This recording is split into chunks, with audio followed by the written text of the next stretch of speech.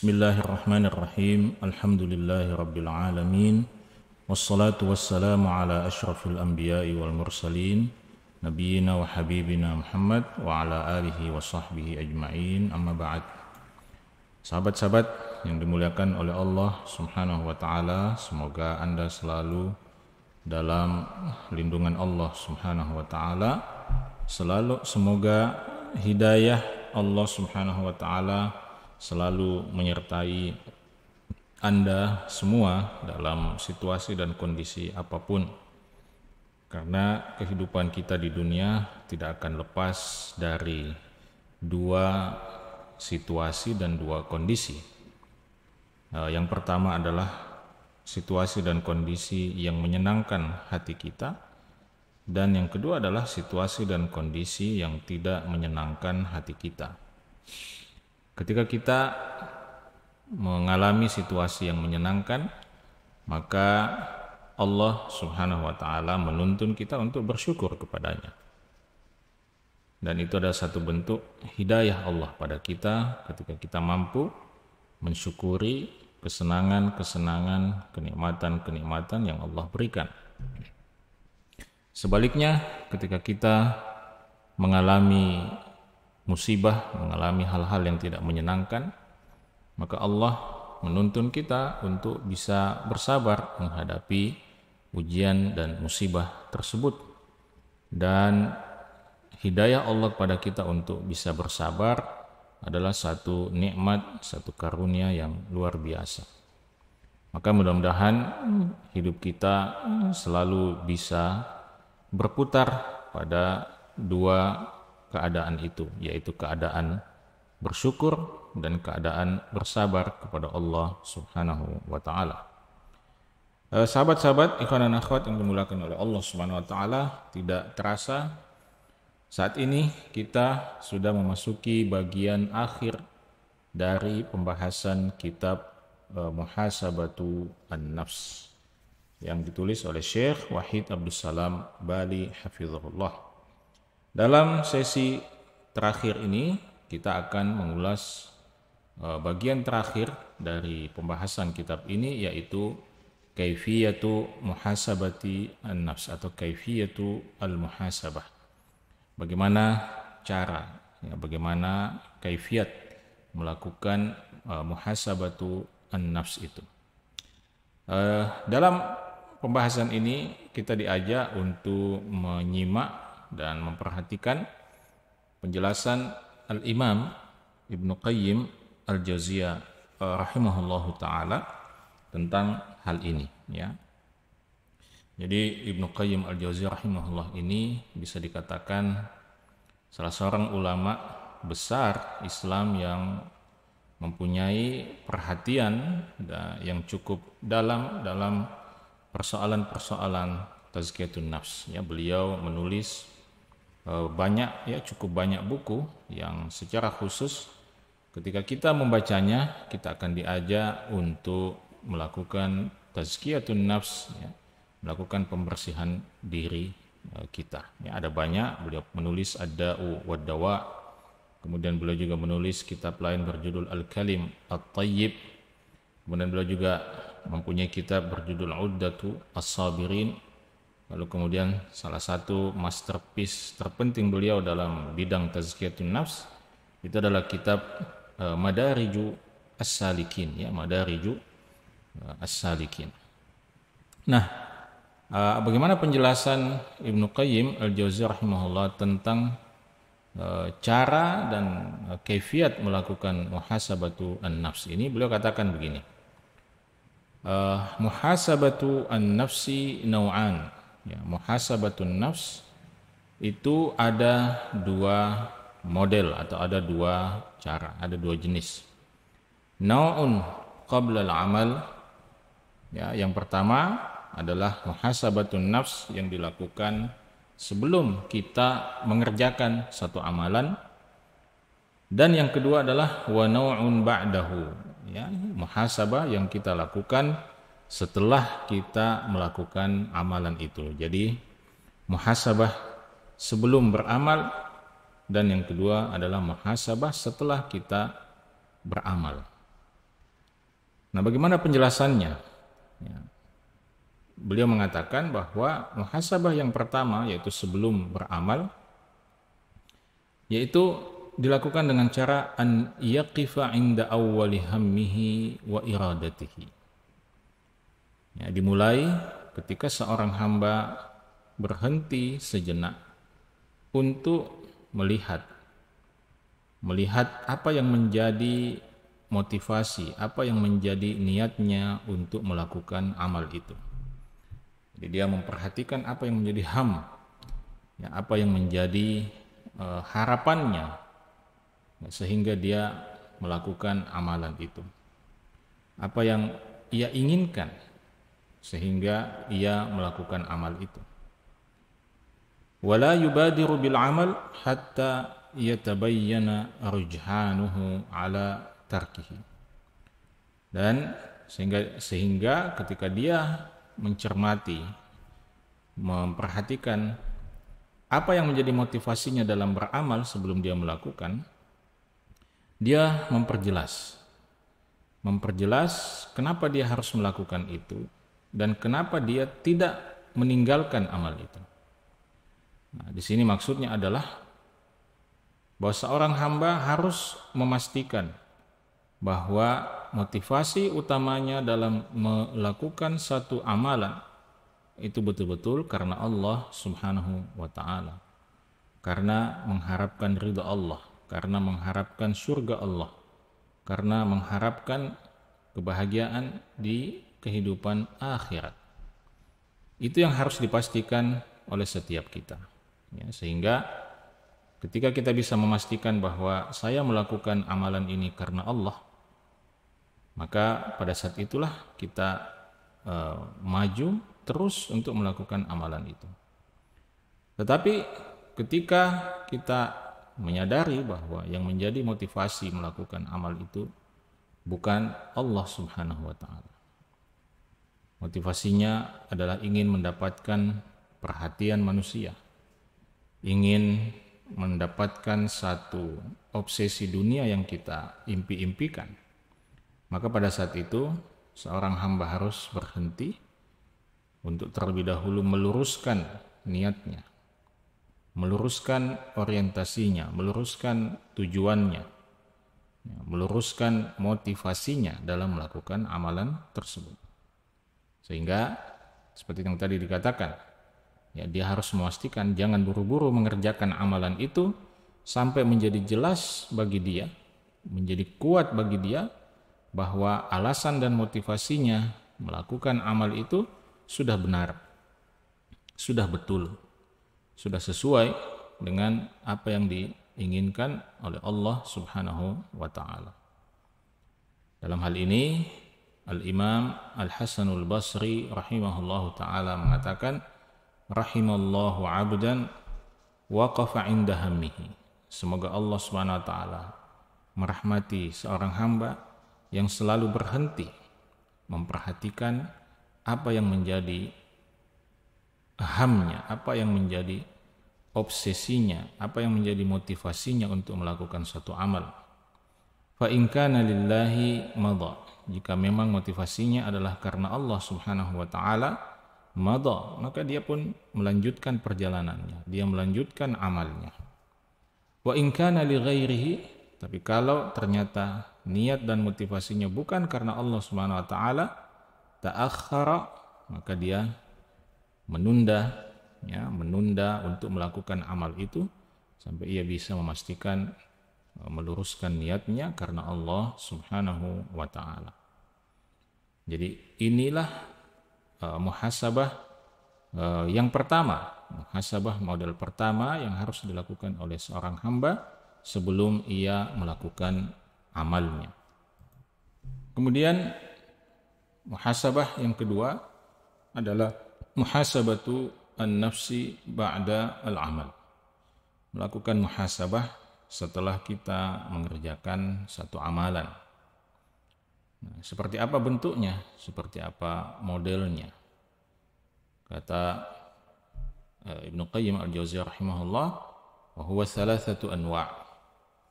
Jadi muhasabah pasca kita melakukan satu amalan itu ada tiga model atau tiga jenis.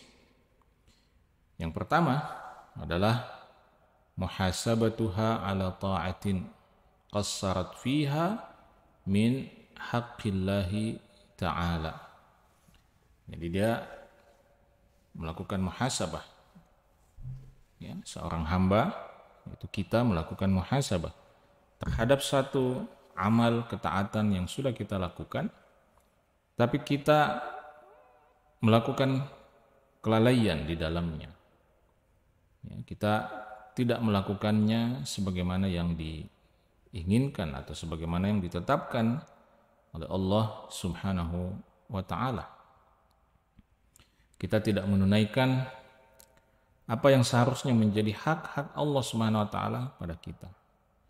Dan di sini disebutkan bahwa hak Allah dalam setiap ketaatan yang kita lakukan itu ada 6. Ya. Wa haqqullahi ta'ala fit ta'ati sittatu umur. Jadi hak Allah Subhanahu wa ta'ala yang harus kita tunaikan dalam setiap amal soleh, dalam setiap ketaatan yang kita lakukan itu ada 6 katanya. Yang pertama, al-ikhlasu fil amal. Kita mengikhlaskan niat dalam melakukan amalan itu. Kita ikhlaskan karena Allah Subhanahu wa ta'ala. Kemudian yang kedua, an-nasihatu lillahi fih.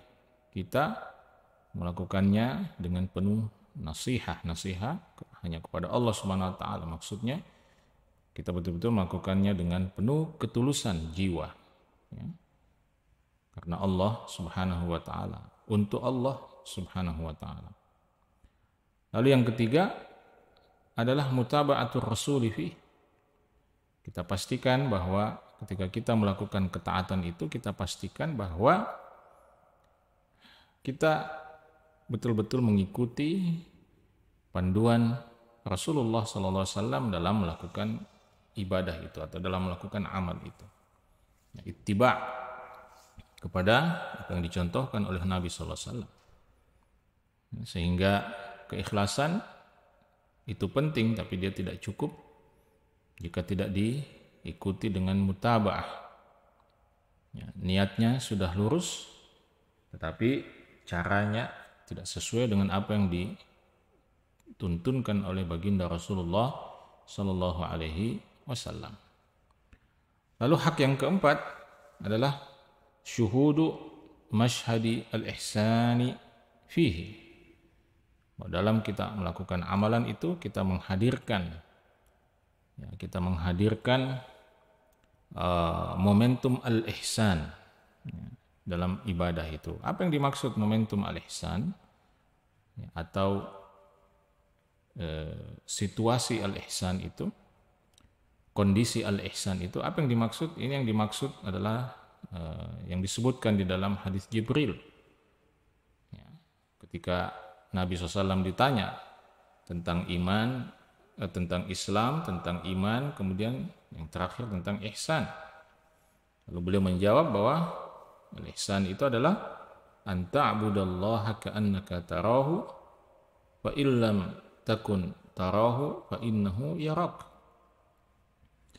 Kita beribadah kepada Allah Subhanahu wa taala, ya, seakan-akan kita melihat Allah Subhanahu wa ta'ala di hadapan kita. Kalau kita tidak mampu untuk itu, maka kita meyakini bahwasanya Allah Subhanahu wa ta'ala pasti melihat yang kita lakukan. Nah, inilah yang disebut dengan masyhad al-ihsan, ya, dalam beribadah pada Allah. Jadi kesadaran bahwa keyakinan bahwasanya Allah Subhanahu wa ta'ala melihat apa yang kita lakukan, ya. Lalu hak yang kelima adalah wa syuhudu minnatillahi alaihi. Kita melakukan ibadah dengan menghadirkan perasaan tentang betapa besarnya nikmat Allah kepada kita yang telah memberikan kita kesempatan untuk melakukan ketaatan itu. Jadi kesadaran bahwa saya bisa melakukan ibadah ini, saya bisa melakukan amal soleh ini sekarang, ini karena Allah yang berkenan memberikan saya kesempatan untuk itu. Kalau bukan karena Allah yang memberikan kesempatan, kekuatan, maka saya tidak mungkin bisa melakukan amal soleh ini. Saya tidak mungkin bisa melakukan kebaikan ini. Jadi inilah makna daripada apa? Syuhudu minnatillahi alaih. Kesadaran bahwa kemampuan kita melakukan ketaatan dan amal soleh itu adalah karunia Allah Subhanahu wa taala, bukan karena kita yang hebat. Karena itu ketika seorang hamba menghadirkan ini, tidak mungkin kemudian dia ujub, tidak mungkin dia merasa sombong, merasa hebat ya dengan ibadah-ibadah yang ia lakukan. Justru yang akan muncul adalah hak yang keenam. Ya, hak yang keenam yaitu apa? Syuhudu taqsirihi fihi ba'da dzalika kullihi. Ya. Keyakinan ya, diri bahwa setelah pun kita berusaha untuk memenuhi seluruh hak-hak Allah dalam ketaatan itu pun selalu saja ada kekurangan yang kita lakukan. Setelah semua usaha kita untuk memperbaiki amal kita, maka seorang hamba yang sejati tetap saja berada pada keyakinan bahwa ketaatan yang saya lakukan dengan semaksimal ini pun belumlah sempurna. Pasti ada kesalahannya, ada taksir di dalamnya, ada kelalaian ya, di dalamnya. Sehingga sahabat-sahabat, ikhwan dan akhwat sekalian, kalau kita perhatikan 6 hak ini, ya, maka seperti yang tadi saya katakan, ketika kita memenuhi 6 hak ini, kita insya Allah tidak akan mungkin terjatuh dalam penyakit ujub, ya, sombong dengan kesalehan kita, tidak mungkin terjatuh dalam penyakit al-ghurur, ya, tertipu ya, dengan kesalehan-kesalehan diri kita. Karena apa?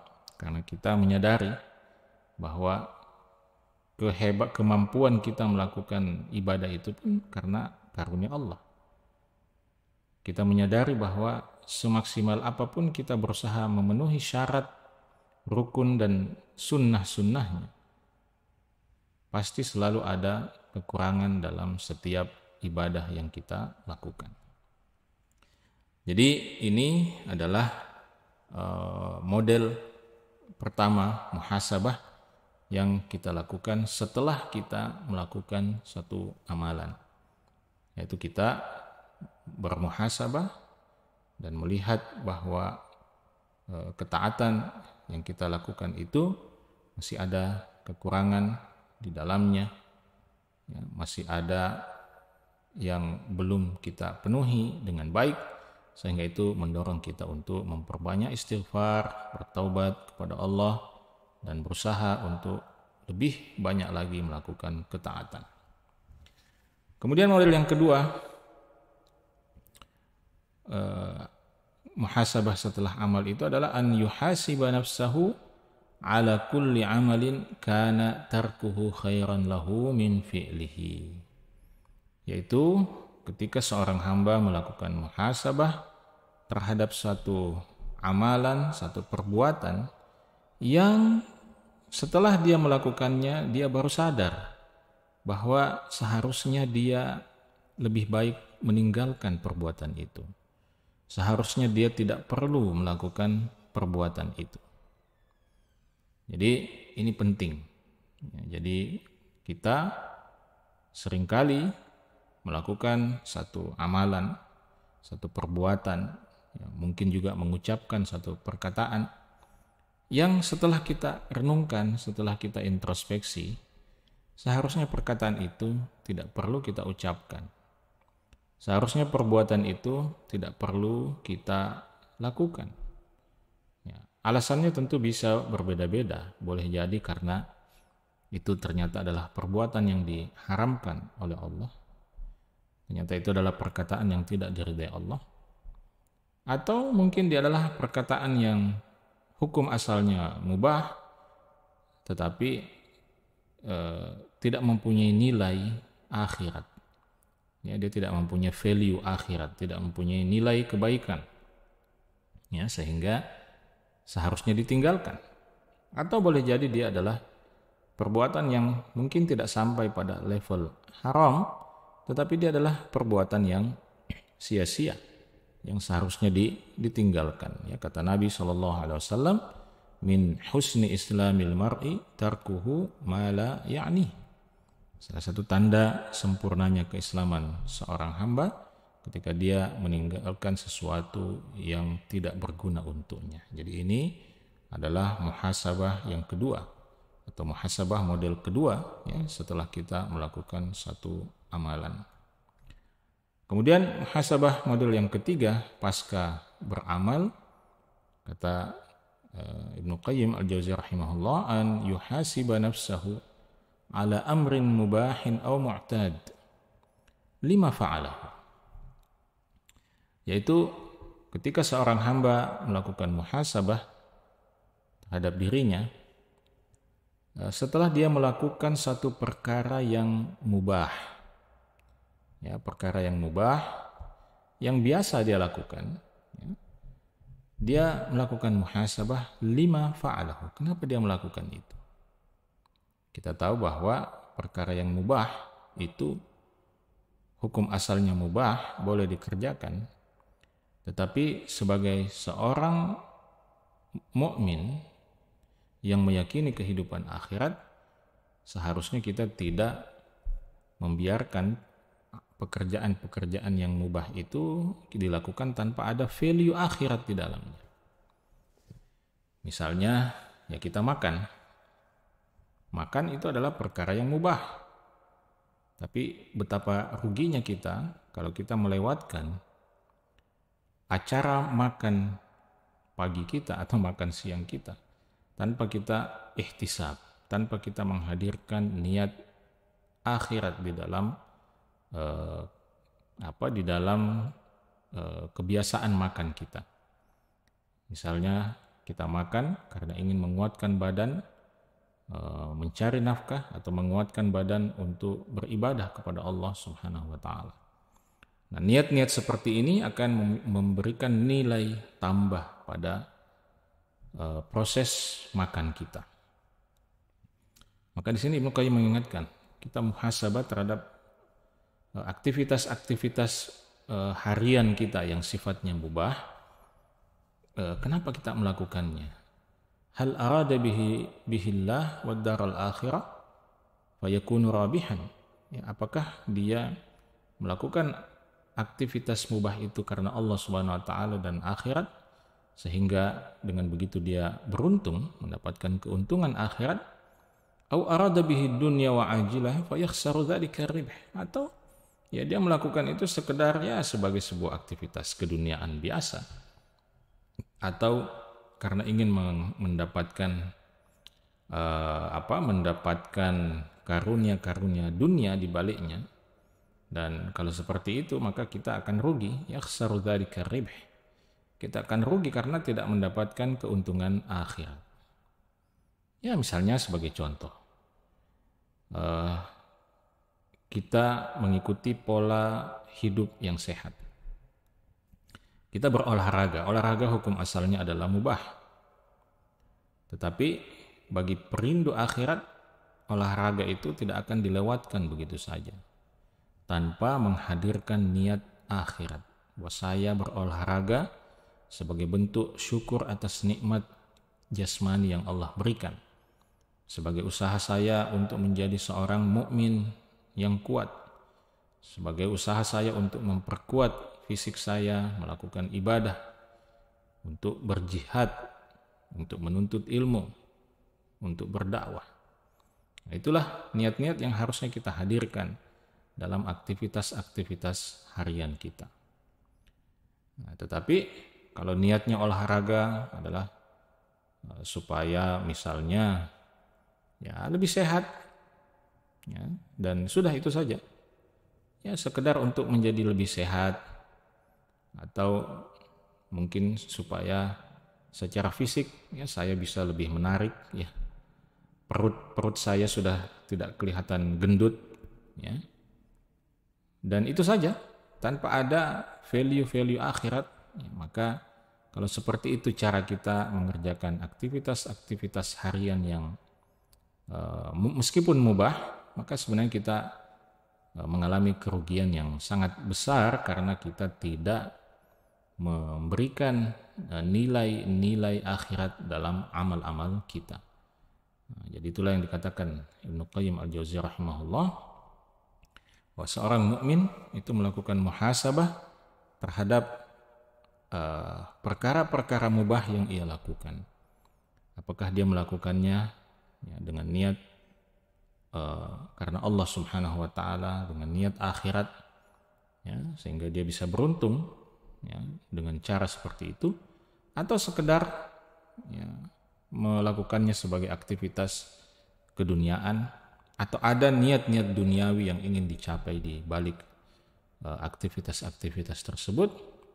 Ya, mungkin kita bisa meraihnya, tetapi kita mengalami kerugian karena telah kehilangan nilai atau value akhirat dalam amalan yang kita lakukan. Nah, jadi itulah 3 model atau 3 cara muhasabah ya, yang disampaikan oleh Al-Imam Ibnu Qayyim Al-Jauziyah rahimahullah ya, pasca kita melakukan satu amalan. Ya, kita perhatikan sahabat-sahabat sekalian bahwa betapa luar biasanya ya, ketika kita bisa melakukan muhasabah ya, sebelum kita melakukan suatu amalan, dan kita bisa melakukan muhasabah setelah kita mengerjakan suatu amalan. Ya, ini akan membantu kita, sangat-sangat membantu kita untuk bisa terus memperbaiki diri, melakukan tazkiyatu an-nafs.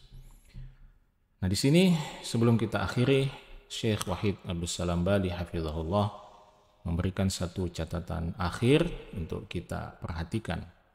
Ya, beliau mengatakan bahwa dari semua amalan yang harus diintrospeksikan oleh seorang hamba, maka harus diingat bahwa yang paling utama, yang paling prioritas untuk selalu kita muhasabah adalah al-fara'id, adalah ibadah fardu.